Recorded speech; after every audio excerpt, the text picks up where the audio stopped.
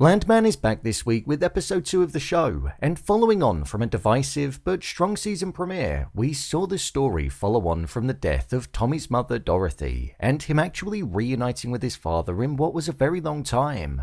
With it also being uncovered that $400 million of insurance money that Monty was given in one go due to a rig being destroyed was now essentially missing. It highlighted how secrets and lies were most likely at the heart of Cammy and Monty's relationship. So with that, let's dive into this week's episode, break it down, and also answer why Cooper could well have landed himself in trouble with going into partnership with Sonrisa. Here is Landman Season 2, Episode 2, Ending Explained. Just to let you know, this video will contain spoilers. Cooper's story in this episode was one that took center stage, with him drilling 6 times and them all hitting, something which didn't ordinarily happen. He'd essentially struck gold and was picturing this new life where everything was gonna change. He knew that he'd now be richer beyond his wildest dreams, but the real question to that was what cost is it gonna come at? And as we saw, it came at the cost of his relationship with Ariana. When Cooper didn't answer the phone for several hours, it transported her mind back to when she lost her husband in season 1, and it was something that she realized that she couldn't live life like. She didn't want to always be wondering if the person that she loved most was going to even make it home. Plus, as well as that, with Cooper discussing getting a new home and transforming their lives, it was something that she didn't want. Her husband bought that house with his hard-earned money, and it was in the community that she felt like she wanted to be a part of because it meant that her child would be around people that knew their father. So she ultimately told Cooper to get out of the house and that their relationship should end.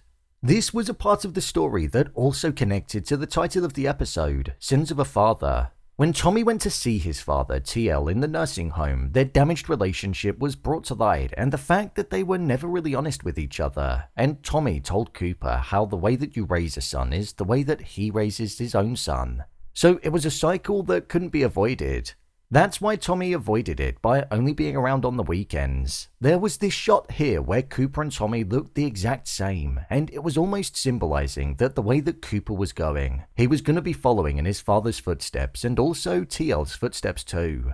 The entering of a life on the rig, family worrying and not truly being around for the people that they loved most. So it's as if he's almost at a crossroads on what to do. He can either pursue the business and career that he wants to be involved in whilst making his father proud, but it could cost him everything that he loves most in the world.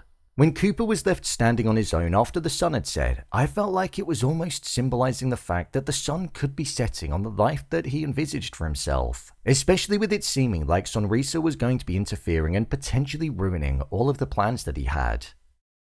There was actually quite a nice moment where Cooper told Tommy that he loved him and that he felt as though he did his best when he was raising him, and Tommy actually got quite emotional. Sometimes it can be difficult for a father and son to tell each other that they love one another, so it was a tender moment that showed that even the toughest of people can be impacted by those 3 powerful words. This was one of Cooper's problems, the problem that he had with women. The second problem that he had was his business problem. With him digging and striking gold, he went to his father to work out what to do next, and Tommy was shocked at the success that he had, but also that he was able to set up the entire operation without needing to front anything. This is what started the digging into the company Sonrisa, a company that was based in Dallas, and right at the end of the episode it was revealed that Dan Morrill was the person that was Cooper's partner, something which Tommy said was a problem. Tommy was concerned that Cooper wasn't going to be seeing a penny of the money that he was going to be making from the oil, and after seeing who was on the contract and those silent analyzing sessions in the car which felt so loud because of the focus, Dan Morrill, the person that seems to be a gangster based on the episode 3 trailer, is most likely going to be a problem for Cooper and Tommy moving forward. Tommy and TL. Tommy spent most of this episode on the road, and to be honest, he was having problems thrown at him left, right and center. Problems that weren't even his. However, the conversation that was the most important and that he had was the one with his father. They spoke of the disease that his mother had and how it was a disease for some people. I'm interpreting this as though she was an alcoholic, especially seeing as though Tommy said that the sun had set on his mother by the time that he was born, basically meaning that he never got to see the sunshine that TL said that she was because she was on the bottle by then. TL also said how the disease ate away at Dorothy and left Tommy with the person that he knew and not the one that TL did, so it showed that she was a different person around him, hence why he didn't really have a relationship with his mother. The turbulence in Tommy and his father's relationship is something that I think actually stems from them disagreeing about Dorothy, as it was said how they were never truly honest with each other.